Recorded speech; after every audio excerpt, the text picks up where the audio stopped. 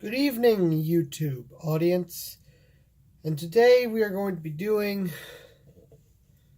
well, let's reiterate. This is Kevin Jenner Productions coming with you with a bit of a review. Today we have Oliver Mining Company, number 5 by Rivarossi. This engine, well, let's get into this. We're not going over history.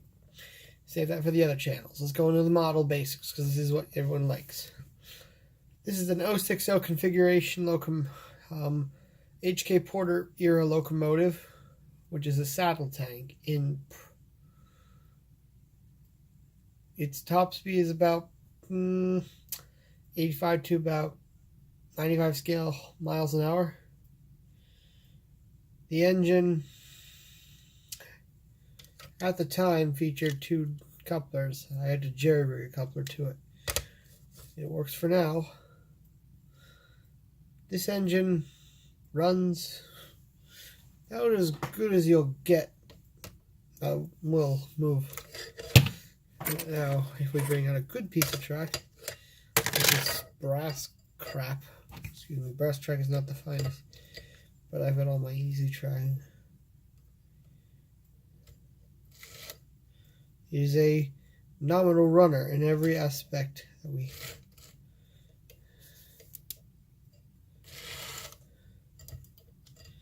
Top speed is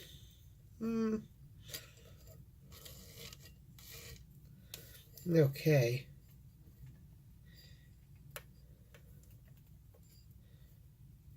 The detail, let's be real, with the model in my hand, you can see all the detail. You can identify that with me. I'm not those types of channels. But I will show you, however, the inside of this engine because it's good to know a bit more about it. Now, if I can find my screwdriver. Aha. Oh, okay. Now, if we remove a screw. Now, I don't do tight cutaways because my camera's. But this is a demonstration of what these reviews will be like. If I can't take the locomotive apart, if I choose not to. I do have engines that I don't choose to take apart for specific reasons because either they're very difficult to take apart or more or less to put back together. That's the... or that I'm unable to.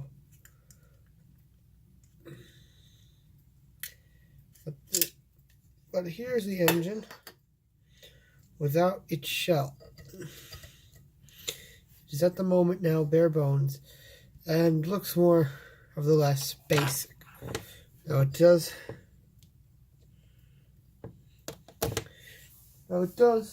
of course. And what I found very unique is that it has Rivarossi plating all over it. I'm pointing it to my camera. It does have Rivarossi quoted on all parts of this engine. The weight is quite rusty due to the environment it was previously stored in by the previous owner. I did not own this engine recently. The story with this engine is actually quite interesting. I picked this up at a train show for about $7.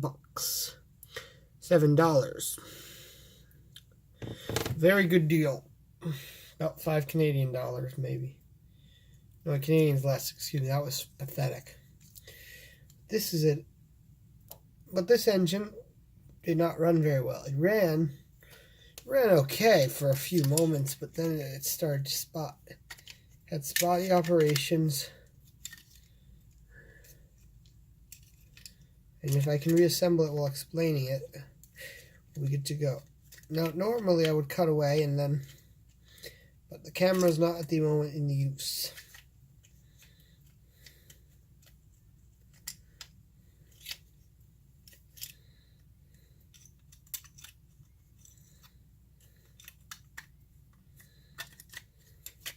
But these engines, the first time I saw this engine was back in September of 2018. If we will assemble this engine as we go, I saw this engine on a table, and the guy said $13, and I said, No way. Because $13 is too much for the condition it was in. Now, the funny thing is it still sat there for a few shows and didn't get sold for even another show that I didn't even attend. So, while I was gone, the guy sold almost next to nothing. He probably sold some things. The guy had a big table of stuff. He had a pretty small table. Basically, what he had all the engines that he had, and they were sitting like that. Pretty much, they were sitting on their side so you could see them, and you picked it up. And I bought about 7 of these. I bought 8 engines total. I bought about 6 engines from him for 7 apiece. Very good bargain, but this engine unfortunately suffered broken step syndrome. Broken step syndrome is quite common on these. Because what happens is when they're stored over time, the steps get brittle and they come off. I'm not cutting them off because it looks alright. Yeah, it's very dusty, but it works, and that's the most critical part to me. The gears are made of brass, as you'll note, and the coupler's been jerry-rigged in. Don't do this with your models. I had to find the proper couplings. But don't worry, I am capable of getting it out. The wheels also need a bit of a clean, but this actually will be one of my switchers on Billet X when it is complete. Billet X sits next to me. It is not at the moment operational, but this locomotive